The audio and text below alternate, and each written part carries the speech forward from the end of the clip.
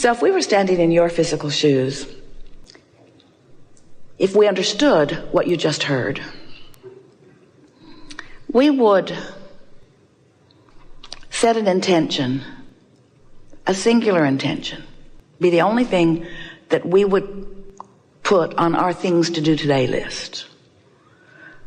I'm going to feel as good as I can feel, as much as I can feel it, as long as I can feel it. Which means we would not be facing a lot of the reality. We wouldn't watch cable news, because there's nothing there that resonates with who you are and what you really want. Oh, it's informative, reaches all around the world, and a lot of people feel that they need to be informed of what they do not want in order to protect themselves from it. And we acknowledge that it is helpful to know what you don't want so that you can know what you do want. But you get way carried away with the knowing what you don't want part of the equation. So we try to simplify it for you by saying, you were source energy before you came into this physical body, and a part of you came into this physical body, and this part of you came in. We're talking fast because we know you've heard it many times. Part of you comes in that physical body, and you explore the contrast, and you know what you don't want, you know what you do want, and you send off rockets of desire. And every time you send off a rocket of desire, that rocket of desire becomes a permanent resident of your vortex of creation. And the source within you becomes vibrationally aligned with that new leading edge desire that you have ferreted out from the contrast that you have so decidedly chosen to live when you made the decision to come into this physical body. So you've launched a rocket of desire, but you've done more than that. From your physical format, you have caused the larger part of you to expand, and the larger part of you, that inner being part of you, that part of you that was you before you were you in your physical body, that still is you even though you are in this physical body, this non-physical counterpart, this inner being, this source part of you has evolved because of what you've just lived. And as that part of you has evolved because of what you've just lived, now you have a choice of whether to keep up with that evolution or not. And that's what your emotions are. The better you keep up with the expansion that you have carved out of this life experience, the better you feel. But if you launch rockets of expansion, and the source within you becomes the equivalent of that expansion that you've asked for, and you stay focused upon the problem that caused you to launch the rocket, then there's a vibrational gap between you and you that you feel in the form of emotion. But that's okay, because that's step one. You knew that that was essential. You knew that it was necessary to know what you don't want in order to know what you do want. And you also knew that it was logical for you to be more of a vibrational match to what is than to what is coming next, because what is has a lot of your attention. Have you noticed? Because you can see what is, and you can hear what is, and you can smell what is, and you can taste what is, and you can feel what is. It's so real. It's why you want to call it reality. This is real. We say, yes, but it's temporary, and it's the bouncing off place from where you are.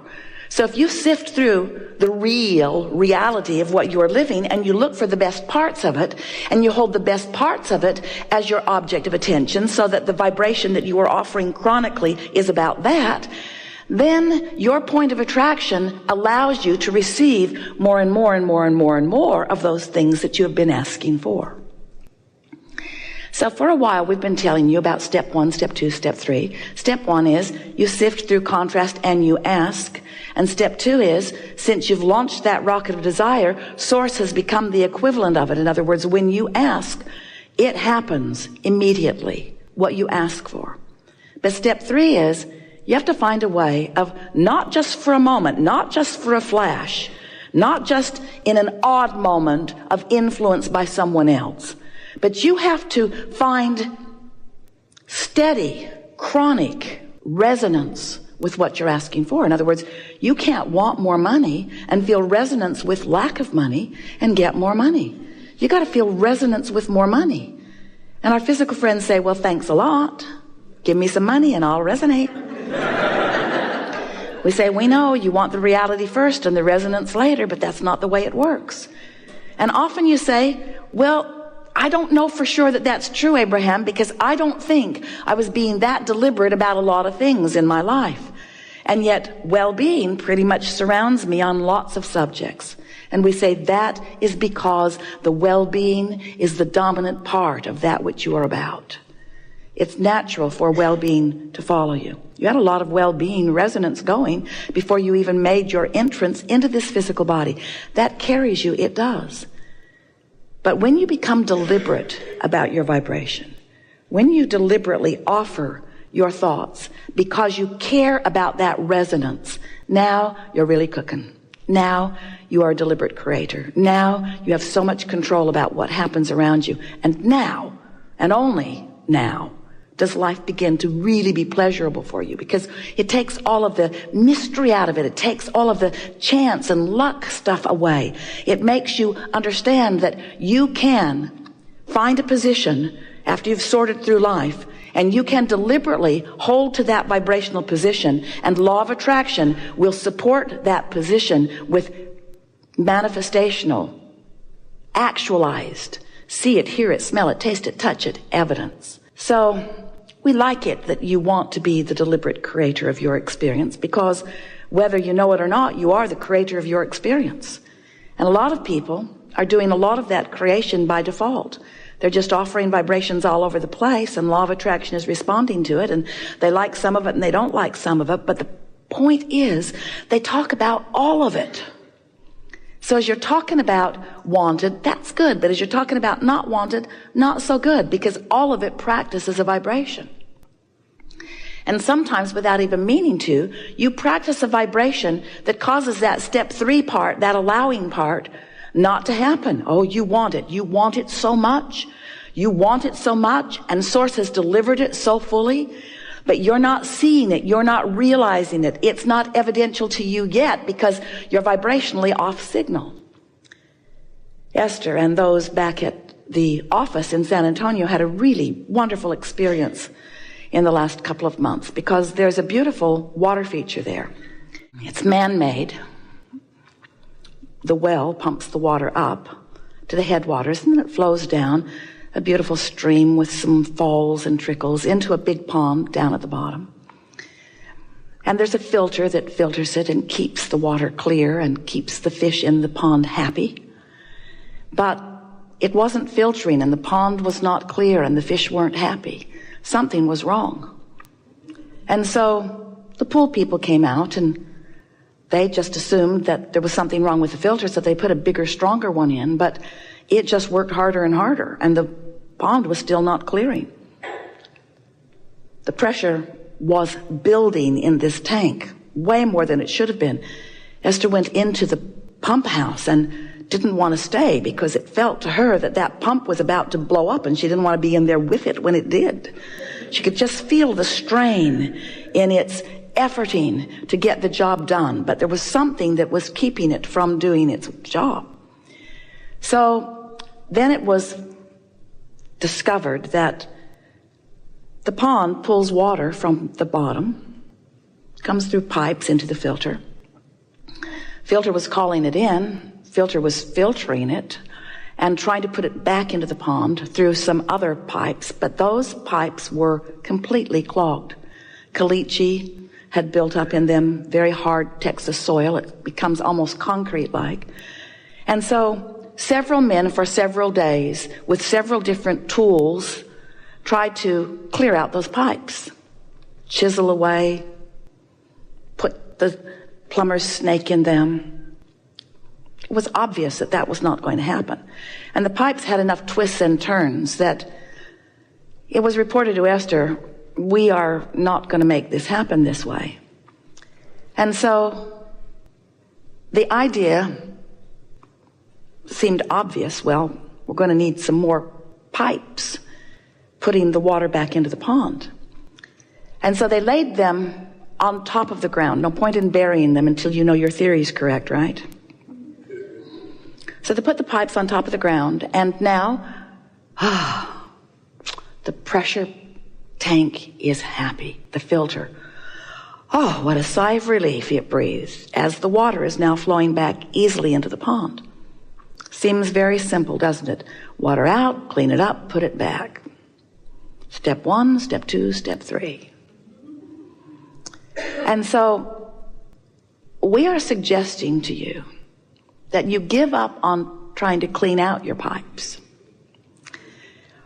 Because there's a lot of gunk in there. And a lot of it's been there for a long time, and it's hardened. It's become immovable. But you could lay some new pipes. You could lay new plumbing. You could put new inlets. You could much more easily just establish some new ideas about some new things. And you'll discover on those new ideas that when you ask, it is given. And in your absence of clogged pipes, what is given is recognized by you, is revealed to you, is realized by you, is experienced by you very, very quickly. And this is our way of saying to you, rather than coming to a gathering like this with things that you are aware of that are not working as well as you'd like them to, with issues that you want to discuss, if you will start with new things that you have not yet clogged your pipes about, you will allow these universal laws to deliver to you results of your clear thought, and you will begin to feel your true power. That's the only way that we know that our human friends, we love you so much, can begin to know their worthiness. Because when you ask and it feels like it isn't given, you stop feeling worthy. You start trying to explain why you're asking and not getting when it looks like that one's asking and getting and that one's asking and getting. And then you make up the most ridiculous explanations of why you're asking and not getting. I was bad in a past life. I wasn't born to the right people. I didn't follow my religion carefully enough. I'm being punished by God. I'm being cursed by. And all it is you clogged up your own pipes. That's all it is.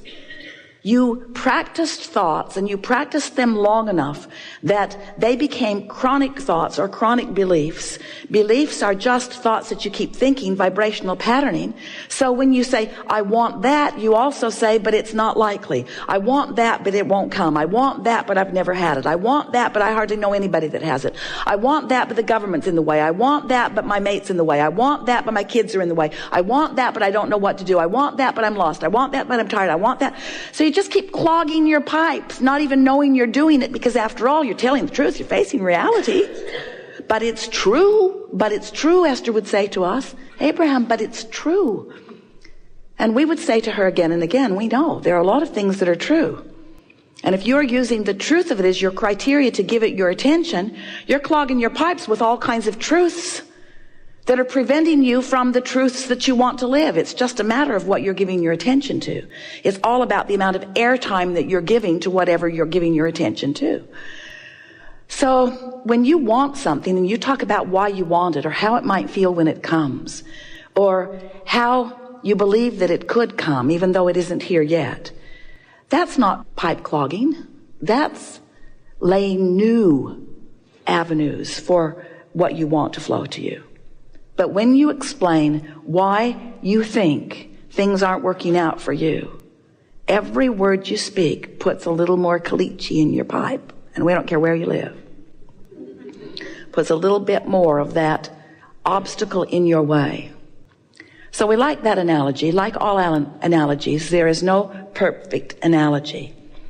But we want you to realize that you are the creator of your own reality, and that you get to choose what you're giving your attention to. And the more choices you make that feel good when you make them, the clearer your flow, and the more easy it is for you to be in the vibrational place to feel the inspiration so that what you want can begin to flow into your experience. You know how it works, that you ask, and it becomes a vibrational reality first. Our physical friends say, well, that's not very exciting to me. I don't want a vibrational reality. I want a real reality. I want one that I can experience with my physical senses and that others can observe as they look at me.